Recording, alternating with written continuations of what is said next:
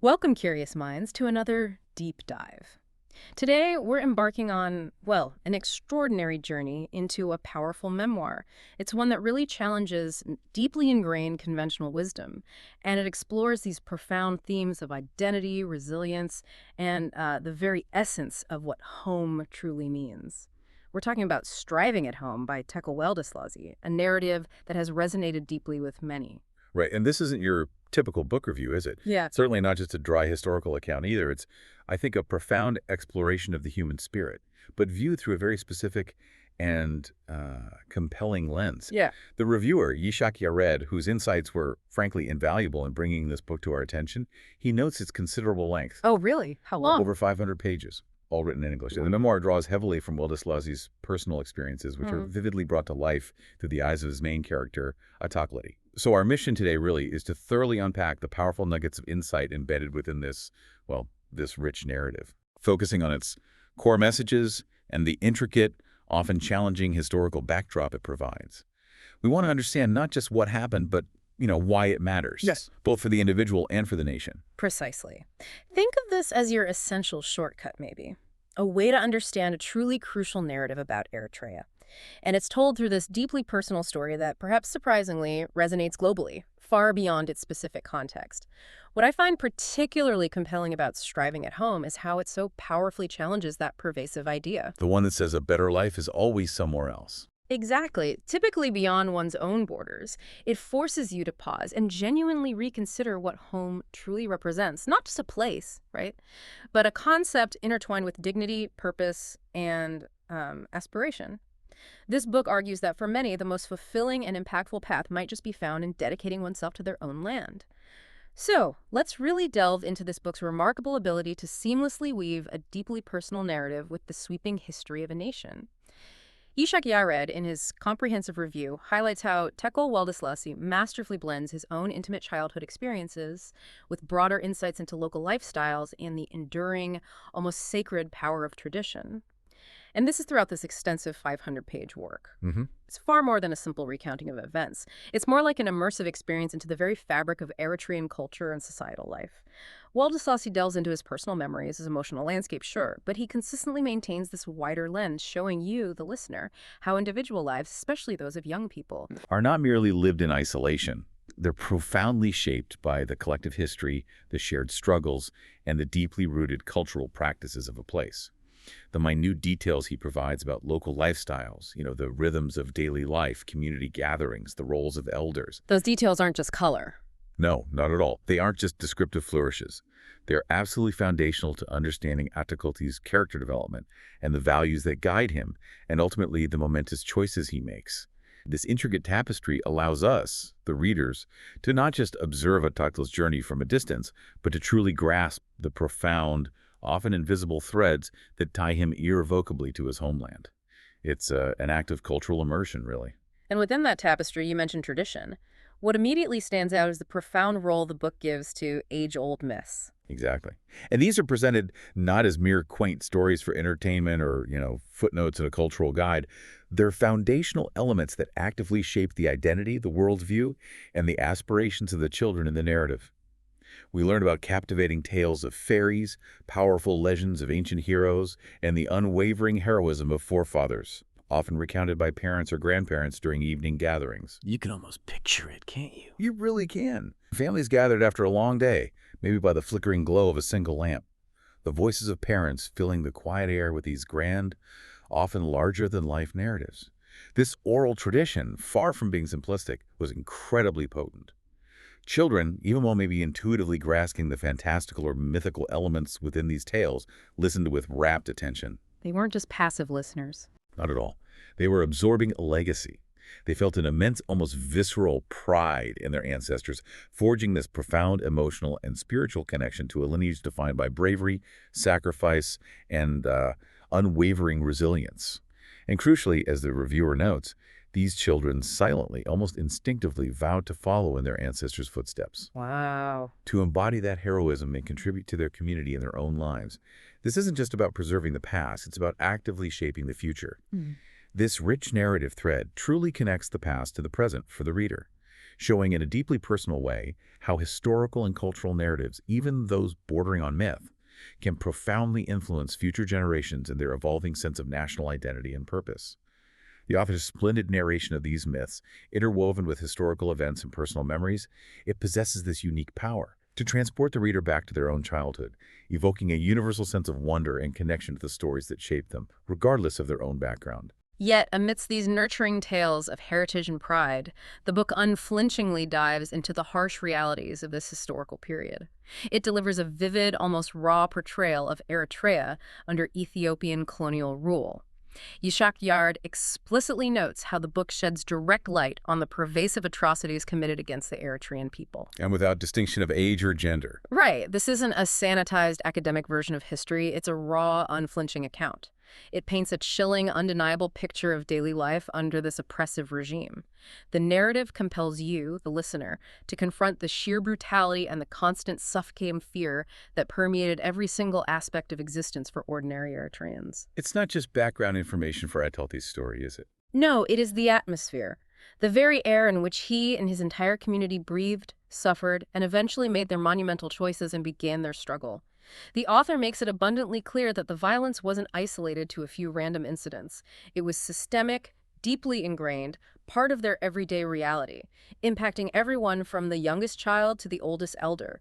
It was a life lived under the constant shadow of arbitrary power. Absolutely. For instance, the book describes how Eritreans faced things like arbitrary arrests, economic exploitation that stifled any local enterprise, and cultural suppression aimed at eroding their distinct identity. Yep. Children were sometimes forcibly conscripted, entire villages could be displaced on a whim, all contributing to this climate of fear and profound injustice. So that leads us to a critical question. What did daily life truly entail under such extreme and brutal conditions? Well, the book provides a stark, illustrative, and deeply personal example through Ahati's own eyes.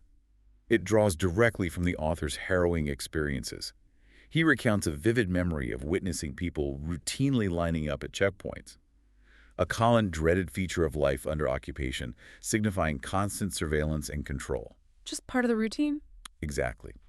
As a young boy, when he approached one of these checkpoints for the first time, he saw Ethiopian soldiers positioned at the town's entrance, systematically stopping and checking every single person who passed through.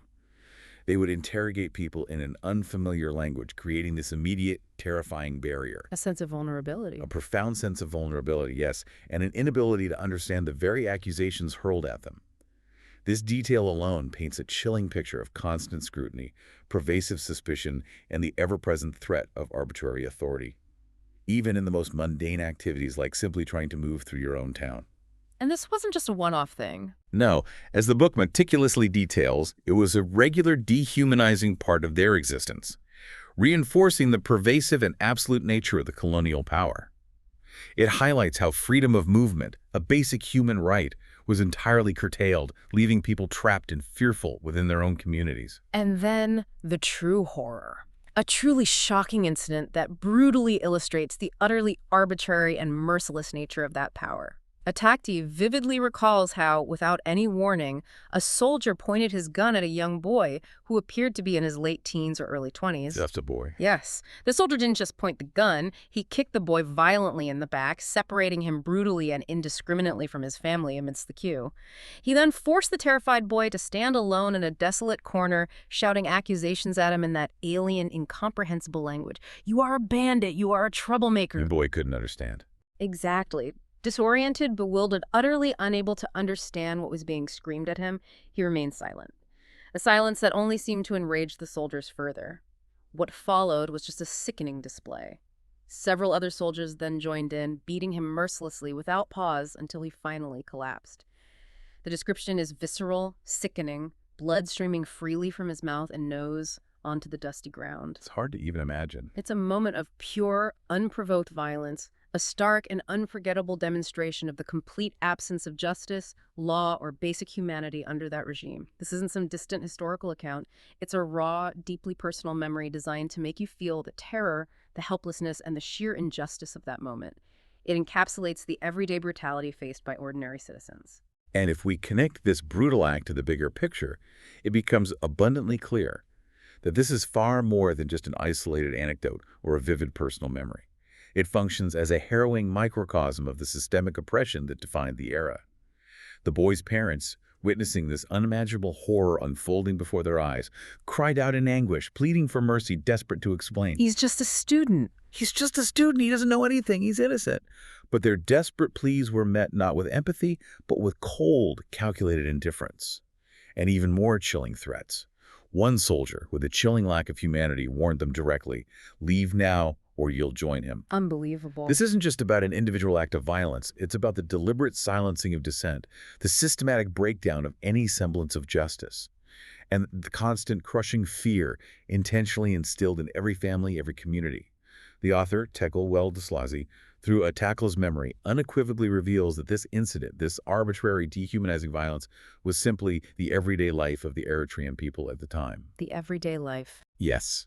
It's a powerful, almost unbearable illustration of pervasive colonial oppression, demonstrating how extreme violence became a primary tool for control, a constant means of reminding the populace of their absolute powerlessness.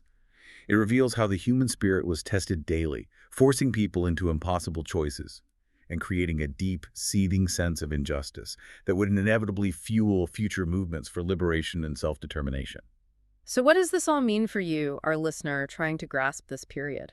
It performs a crucial function. It transports you directly, viscerally, into that historical moment. It doesn't just present facts, it makes the struggles tangible, allowing you to almost feel the fear, the helplessness, and the simmering anger that define daily life. You don't just read about oppression, the book makes you experience it. Exactly. Creating an undeniable emotional connection to the past.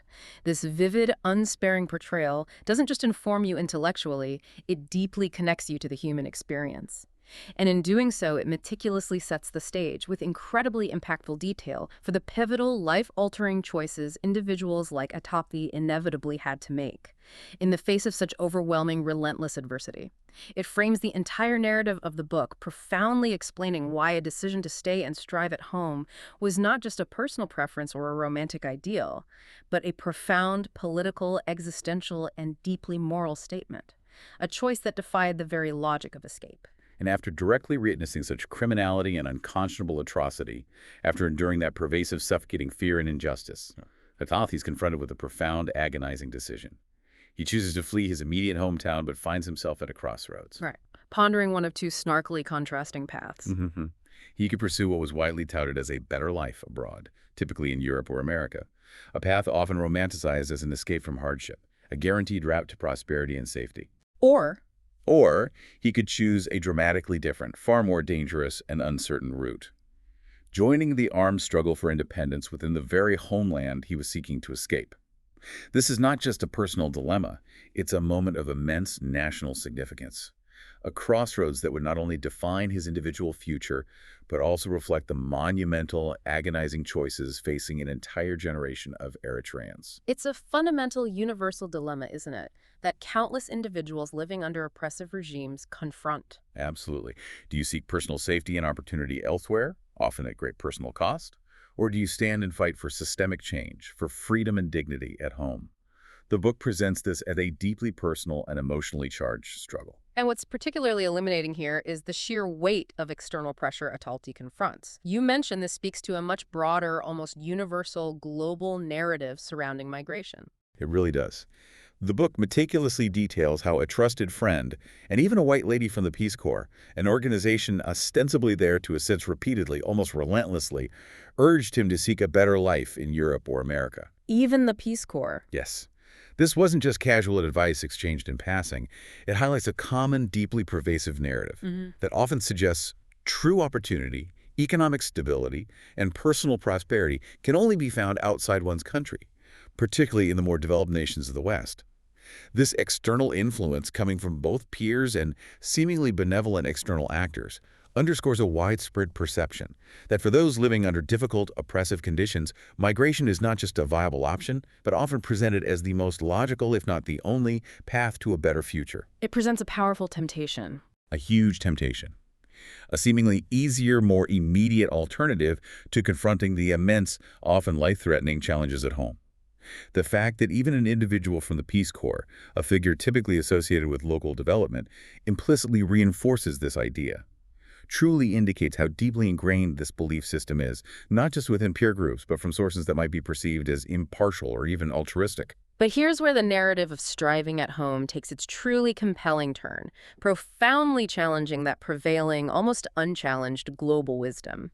Despite the constant, insistent urging from friends and even well-meaning outside influences, Ataklti steadfastly, almost defiantly, refuses that well-trodden path. He makes a conscious choice. He consciously and decisively chooses not to seek a better life abroad, rejecting the allure of perceived easier opportunities.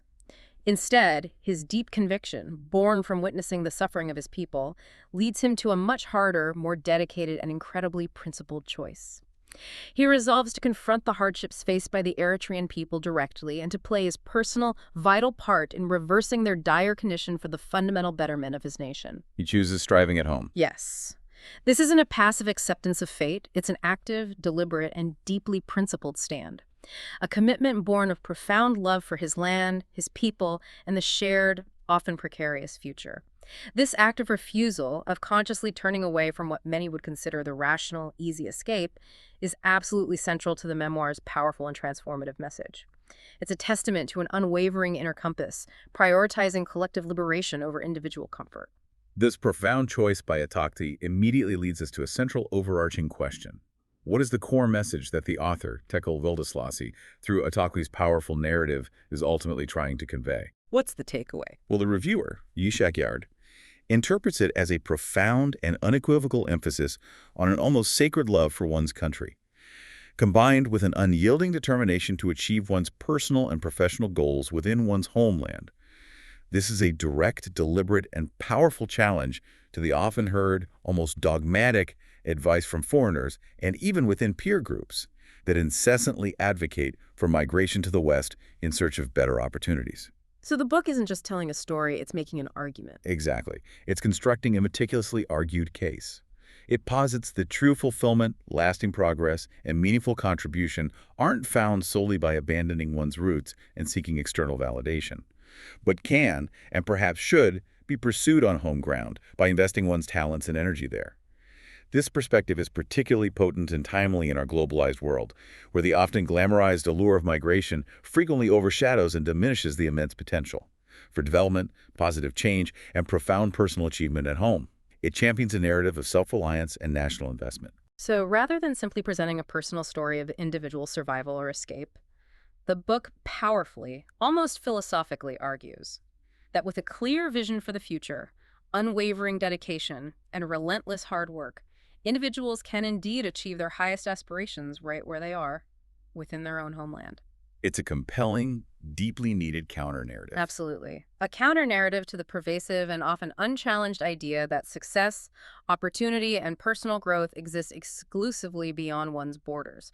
This isn't a naive romanticism or an idealistic pipe dream. It's a pragmatic assertion that with commitment, the very place you were born and raised, the community that shaped you, can become the most fertile and impactful ground for your achievements. It's about empowering people to recognize and unleash the immense potential within their own communities and nations. Yes, rather than perpetually looking outward for solutions or validation, this message carries significant weight and profound resonance, especially for young people in developing nations across the globe, encouraging them to invest their talents, their education, and their boundless energy directly into the future of their homelands. It's a call to build from within.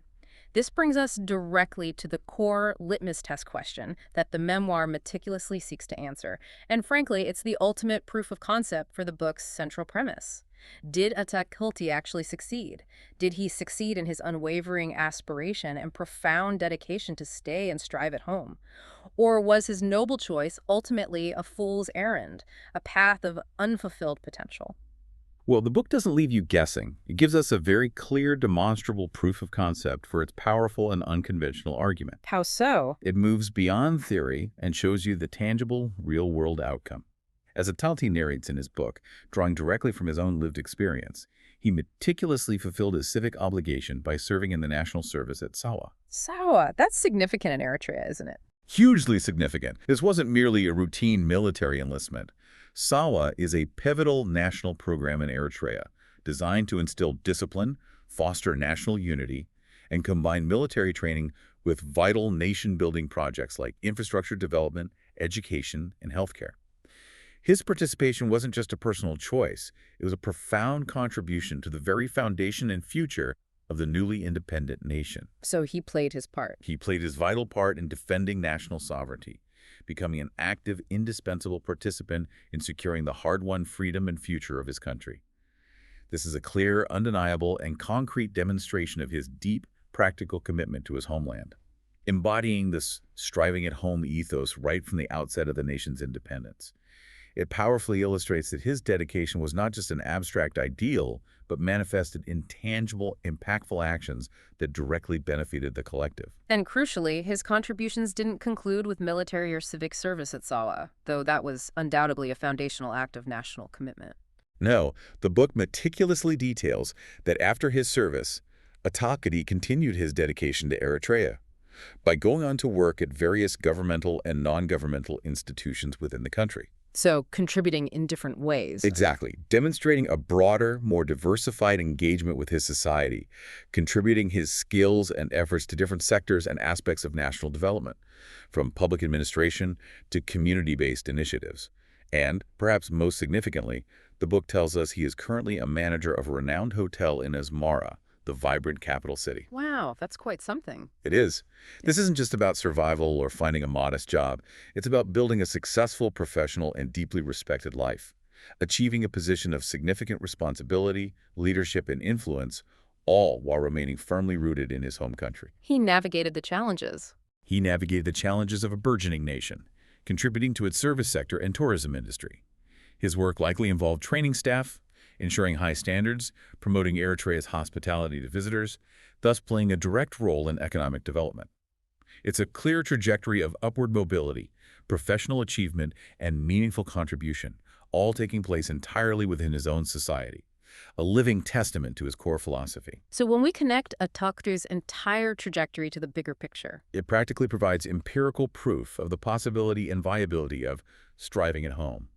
His journey from a child witnessing the brutal realities of colonial atrocities to becoming a vital contributing member of a newly independent society, culminating in a significant management position at a renowned institution, serves as an undeniable, tangible, and deeply inspiring example. it demonstrates with compelling clarity. Yes, how dedication, a clear vision, and persistent effort can indeed lead not only to profound personal achievement and professional success, but also contribute directly and meaningfully to national development. This powerful narrative directly counters the pervasive belief, often fueled by external pressures, the allure of immediate economic opportunity abroad, and sometimes even desperation, That leaving is the only way. that leaving one's country is the only path to success, fulfillment, or a better life. His story, as depicted in the memoir, transcends a mere anecdote. It transforms into a powerful argument, a compelling blueprint for a different, equally valid, and perhaps more dignified way of thinking about opportunity and success in a globalized world. It highlights the quiet strength found in building rather than abandoning. What's truly compelling here, and crucial to the book's persuasive power, is the meticulous contrast it draws to reinforce its central message. While Ataklti's story unfolds as a compelling testament to the possibilities of success at home, the book simultaneously and very realistically highlights the inherent uncertainty and significant, often brutal, risks of seeking an easier life abroad. It doesn't shy away from that. Not at all. It doesn't gloss over the dangers, quite the opposite. It emphatically emphasizes that the outcomes of migration are often deeply unpredictable, fraught with peril, both during the perilous journey itself, which can involve unimaginable hardship, exploitation, and even death, And upon arrival. and upon arrival in a new, often unwelcoming country. Many prevailing narratives of migration tend to focus solely on the dream, the promised land, but this book courageously brings to light the harsh realities that migrants often face, the struggles of cultural integration, the potential for systemic exploitation in new labor markets, the profound cultural alienation and loneliness, and all too frequently, the crushing failure to find the better life initially envisioned. So this stark juxtaposition. Exactly. This stark juxtaposition of Ataklti's journey with the perils of outward migration makes his choice, and his subsequent hard-won success even more profound, courageous, and deeply resonant. It shows that the grass is not always greener, and often it's far more dangerous. This powerful contrast, this unvarnished look at both sides of the coin, profoundly reinforces the book's underlying philosophy, a deeply ingrained value system that permeates and gives meaning to the entire narrative. The paramount importance of living one's life with dignity, pride, and unwavering self-respect in one's own homeland. It's not just about economics. No, it's explicitly not just about achieving economic success or accumulating wealth. It's about fostering a holistic sense of self, a rootedness, and a deep belonging that transcends material gain. The reviewer, Yishak Yarded, encapsulates this sentiment perfectly by saying that reading the book powerfully reminded him of the famous, albeit sometimes controversial, saying, My country, right or wrong? Precisely. But it's important to clarify. This isn't about blind, uncritical loyalty to a regime or an unquestioning acceptance of flaws. Rather, it speaks to a profound sense of national dedication and pride that accepts the inherent complexities, the myriad challenges, and even the imperfections of one's homeland, yet remains unyieldingly committed to its betterment, its progress, and its flourishing from within. It suggests that true worth, real fulfillment. Yes, and lasting dignity are not measured by where you are geographically, but by what you contribute, by the challenges you bravely confront, and by the respect and deep sense of belonging you cultivate and maintain within your own cultural and national context. It's a powerful, compelling call to embrace one's identity and place. Rather than perpetually seeking validation or success solely in foreign lands, it redefines what true success looks like. Beyond Ataklti's deeply personal and illustrative journey, which acts as the book's central thread, Striving at Home also provides a remarkably rich and detailed historical tapestry for the reader. It wisely understands that one man's life, however significant, is interwoven with the larger forces of history. Right, so it deliberately expands its scope to offer a detailed, insightful account of Eritrea's history as a burgeoning nation. This comprehensive historical overview spans significant periods, from the harrowing colonial era, specifically focusing on the prolonged and brutal Ethiopian occupation, all the way through to its hard-won, often bloody independence. And this broader historical context is absolutely vital, because it clearly shows how Ataklti's individual struggles, his personal triumphs, and his profound choices are intricately woven into the larger, more dramatic narrative of his nation's fight for self-determination, and its subsequent arduous efforts to rebuild itself from the ground up. It provides the essential backdrop. The essential, often sobering backdrop for understanding the profound and often agonizing choices individuals were forced to make, and the incredible national spirit of resilience and unity that ultimately emerged from such exceptionally challenging times. The book paints a picture of a people and a nation forging its identity through fire. And building on that historical context, what's particularly fascinating is how the book doesn't just recount the struggle for independence. No, it delves into the vital, coordinated efforts to develop the nation post-independence. This was a critical period of immense hope, national fervor, and collective endeavor, where the newly independent nation began the gargantuan task of rebuilding its infrastructure, establishing institutions, and creating its own future after decades of colonial neglect and war. You can imagine the energy then. Absolutely. The book likely details initial projects in education, healthcare, agricultural development, showing how the populace, including returning freedom fighters, turned their energies towards peace and progress. However, the book, staying true to historical accuracy, doesn't shy away from the immense challenges. It notes that these crucial, hard-won development efforts were later severely disrupted by renewed Ethiopian aggression, plunging the nation back into conflict. So another layer to the striving. Exactly. This adds yet another powerful and poignant layer to the striving at home theme. It's not just about individual effort and resilience in the face of internal hardship, but about collective national building, constantly battling against formidable external challenges and geopolitical pressures. It highlights how the journey of nation building is often fraught with external pressures and requires continuous vigilance, sacrifice, and unwavering commitment from its citizens, even after liberation. So the struggle continues, in a way. In a very real way. The narrative vividly shows how even after achieving independence, the fight for stability, security, and sustained development continued, demanding sustained dedication from its people in every sector of life. A central and truly powerful theme that resonates throughout the book, from its earliest pages to its conclusion, is the active, undeniably critical involvement of Eritrean youth. This isn't just about their pivotal historical role during the armed struggle for independence, where countless young people bravely risked and tragically gave their lives for freedom. It goes beyond that. Yes, it also emphatically highlights their continued vital role in safeguarding national sovereignty after independence. The book underscores that their contribution didn't end with the fighting, with the laying down of arms. It seamlessly transitioned into the equally important and often less dramatic but equally demanding work of national reconstruction efforts. So they weren't just inheriting history, they were building the future. Precisely. They are portrayed not as passive recipients of history, merely inheriting a legacy, but as active, dynamic agents of change, responsible for both defending the hard-won gains of their nation and painstakingly building its future. This perspective is crucial as it recognizes the multifaceted, continuous, and often sacrificial commitment required from the younger generations to ensure the nation's enduring survival, prosperity, and self-determination. It's a narrative that deeply invests in the potential and responsibility of youth. This intricate portrayal of youth involvement and national striving inevitably raises an important question. Given its specific historical focus, its profound personal narrative, and its deep cultural insights, who is this book primarily intended for? That's a good question.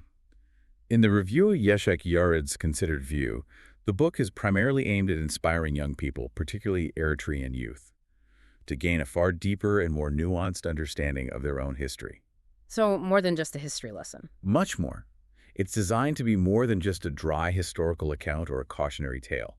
It's a living call to action, actively encouraging them to connect with their roots, to truly understand the immense sacrifices, the unyielding struggles, and the profound moral choices that pave the way for their present-day existence, and simultaneously to look forward to their future, recognizing their own indispensable role in shaping it. Fostering a sense of continuity. Exactly. A robust national identity and a deep, active sense of responsibility among the generation that will ultimately inherit and steer the nation. The historical narratives, combined with Atekle's deeply personal and relatable journey, serve as a powerful, emotionally resonant educational tool for this demographic, imparting not just facts and dates, but enduring values, resilience, and a deep sense of purpose. But it's definitely not exclusively for Eritrean youth or for those intimately familiar with the nation's complex history. No, absolutely not. The reviewer emphatically notes that Striving at Home also caters beautifully to a wider audience, specifically foreigners interested in gaining genuine first-hand insight into the country's past and its resilient spirit. And this is a crucial point because, as mentioned earlier, the book is written entirely in English. Right, in a fluent, accessible, and engaging style. This strategic choice makes the complex history, the deeply personal narratives, and the profound philosophical arguments approachable and understandable for a broader international audience, who might otherwise be completely unfamiliar with Eritrea's unique and compelling story. So it bridges gaps. Powerfully, by providing such a valuable and accessible perspective for both its national and international audiences, it powerfully bridges cultural and historical gaps, making a compelling and often overlooked narrative available to anyone curious about themes of resilience, nation-building, the human spirit's capacity for endurance, and the profound, evolving meaning of home. It's a powerful tool for global understanding, offering an intimate, heartfelt look at a nation through a deeply personal, universally resonant lens. So what does this all mean for you, our discerning listener, reflecting on this deep dive? Striving at Home isn't merely a memoir of one man's life. It's a profound testament to the indomitable human spirit, an unwavering call to national pride and self-determination. And perhaps, most importantly, a compelling, powerful counter-narrative to the prevailing, almost universally accepted belief that opportunity, success, and a better life can only truly be found far from home, beyond familiar shores. It challenges us all to fundamentally reconsider where true value and ultimate fulfillment might genuinely be found. Indeed. We've seen how Tekle Weldeslasie, through Ataklti's deeply personal and remarkably illustrative experiences, masterfully navigates the brutal complexities and dehumanizing realities of colonial rule. We've witnessed him face the monumental, agonizing choice between desperate flight and courageous armed struggle. And ultimately, through the arc of his own inspiring life trajectory, he proves unequivocally that profound personal aspirations, professional success, and a life of dignity can indeed be achieved within the confines of one's own country, in the very land that nurtured them. And it's more than just personal triumph. Absolutely. His story powerfully demonstrates how this unwavering dedication, this choice to build and strive at home, contributes directly, meaningfully, and tangibly to the betterment and flourishing of his entire nation. It's a powerful, resonant reminder that home, despite its inherent challenges, its historical burdens, and its ongoing struggles, can truly be the most fertile, most dignifying and most impactful ground for profound personal growth and lasting societal change. It truly is. This deep dive into striving at home leaves us with a compelling, perhaps even provocative thought. In a world that so often celebrates outward migration as the sole, or even the best, path to success, personal betterment, and a more comfortable life, what if true fulfillment, dignity, and truly impactful change are found precisely in the unwavering dedication, clear vision, and relentless hard work applied directly to one's own homeland, to one's own community? What stands out to you from Ataklti's extraordinary journey and this remarkable memoir? And how might his story encourage you to reconsider where you choose to strive for your own most cherished goals? Thank you for joining us on this deep dive